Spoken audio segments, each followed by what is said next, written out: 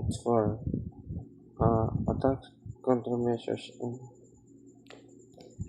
Intimidation. This unit explains how cyber attacks happen, how we can defend against them, and how we can recover and fix systems after an incident. One is malware analysis. So what is malware analysis is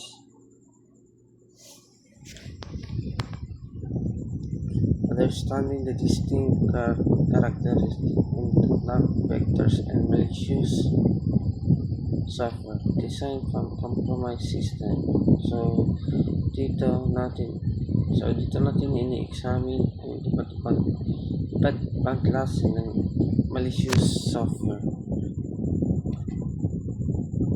para malaman kung paano sila nambibiktima ng system.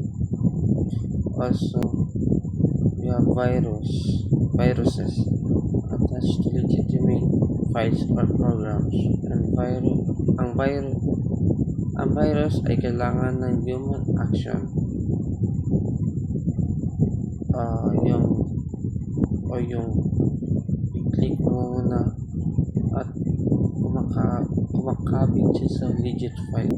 Although ang worm replicate and spread across networks automatically without needing a host file.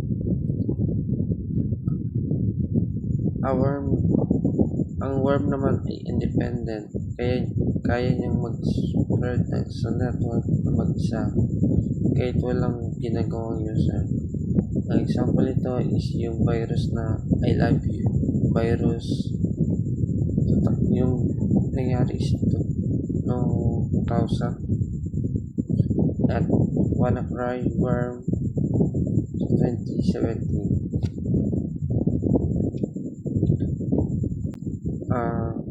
The Trojan horse.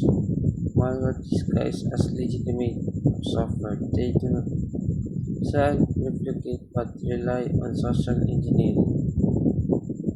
Trojan horse ay nagpanggap sa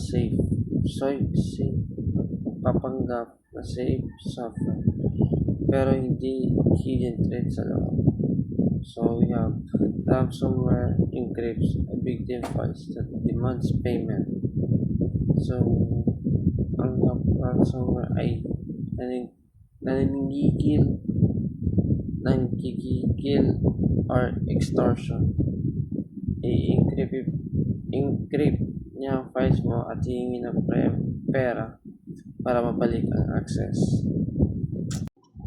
System Defense Framework. Depensa ng system. Implementing countermeasures and the three overlapping layers. Adhering to the principle of defense of the. So, ginagamit natin ang principle of defense in depth o patong-patong na protection. Preventive para mapigilin ang attack bago mangyari ang XMFA phishing firewalls. And then detective para malaman agad kung may attack na kasalukuyan nangyari. For example nito is audit logs, IDS or intrusion detection. And corrective, ginagawa ito pagkatapos ng attack para ayusin ang damage. Example nito is backup. Is remediation process or pag-aayos. Ito ang step-by-step na proseso para ma-store ang security system pagkatapos ng isang breach. The remediation life cycle. We have identified, alamin kung ano ang na-compromise. And i-isolate ang system para hindi kumakalat malware.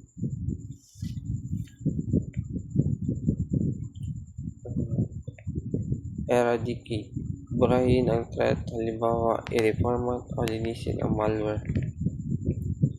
And we have recover. Restore ang files mula sa malinis na backup, harden, ayusin ang butas or vulnerability para hindi na maulit. Verify and document. Test kung safe talaga at i-record ang lesson.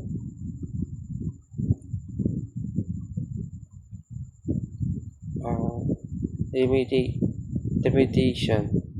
The ultimate goal is involved permanently fixing the underlying vulnerability, complete removing and specific from the environment. Remediation is complete. Ang ultimate goal ay permanently fix sa problema. Mitigation, reducing the severity or livelihood of the risk without fully eliminating it.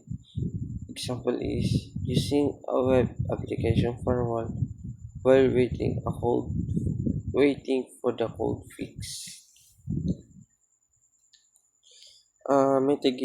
Mitigation, hindi mo pa na-fix ng tuluyan pero nababawasan ng risk. Halimbawa, gumamit ng firewall habang iniintay ang official software update. And meron tayong an alternative security control used when the primary fix not technically or financially feasible, like and isolating a legacy system.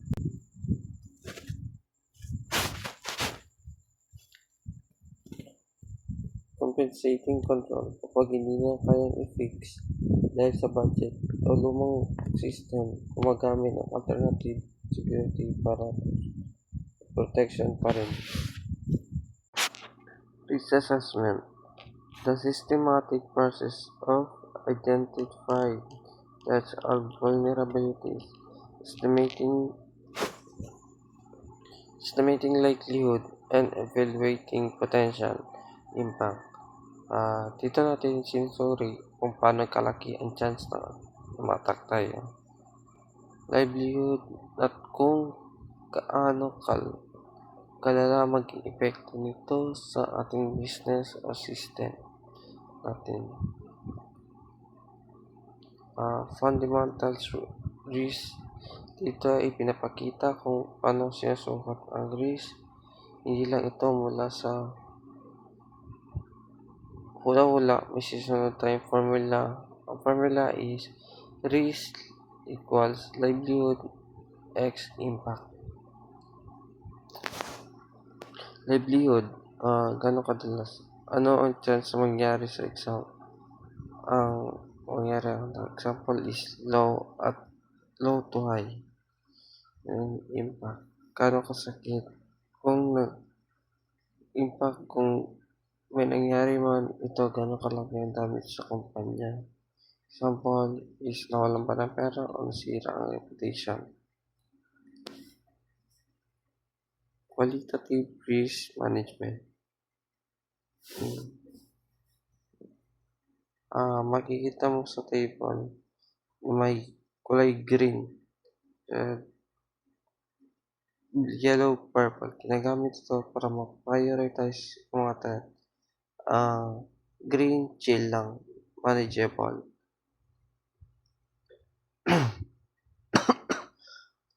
Red or purple is critical extreme. So, dito dapat nakafocus ang security team dahil dito ang mga killer threats. Or application and discussion. Sa part na to, tinitignan natin kung paano gamitin ang theory sa real-world scenarios. Hindi lang ito basta-basta drawing, kinakailangan ito i-apply sa buong buhay ng cyber security.